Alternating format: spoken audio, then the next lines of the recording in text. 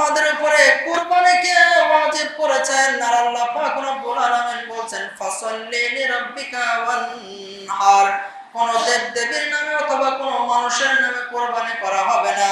আল্লাহ বলেন ফাসাল্লি লিরাব্বিকা ওয়ানহার, তুমি তোমার রবের নামে, তুমি তোমার রবের উদ্দেশ্যে নামাজ আদায় করো এবং তার নামেই তোমরা কুরবানি করো।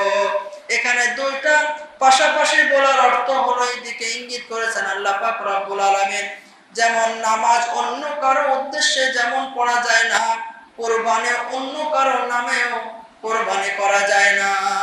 আয়াতের ব্যাখ্যা আল্লাহ তাআলা অন্য আয়াত দিয়ে করে দিয়েছেন। আল্লাহ তাআলা অন্য আয়াতের মধ্যে স্পষ্ট ব্যাখ্যা দিয়েছেন কুরবানি কার জন্য হবে, নামাজটাও কার জন্য হবে।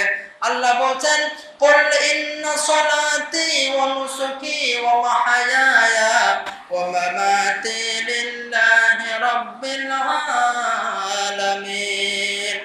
আল্লাহ পাক রব্বুল আলামিন বলেন বলো আমার নামাজ, আমার কুরবানি, আমার জীবন এবং আমার মরণ একমাত্র আল্লাহ পাক রব্বুল আলামিনের জন্য।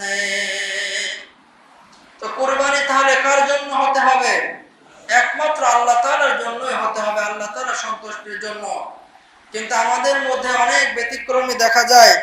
আল্লাহর জন্যই যদি হবে তাহলে আমরা কেন এরকমটি করতে যাই যে কার কত বড় গরু হলো, কার কয় মণ গোশত হলো, কে লাভে এই ছাগলটা কিনতে পেরেছে, এরকম প্রতিযোগিতা হয় কিনা।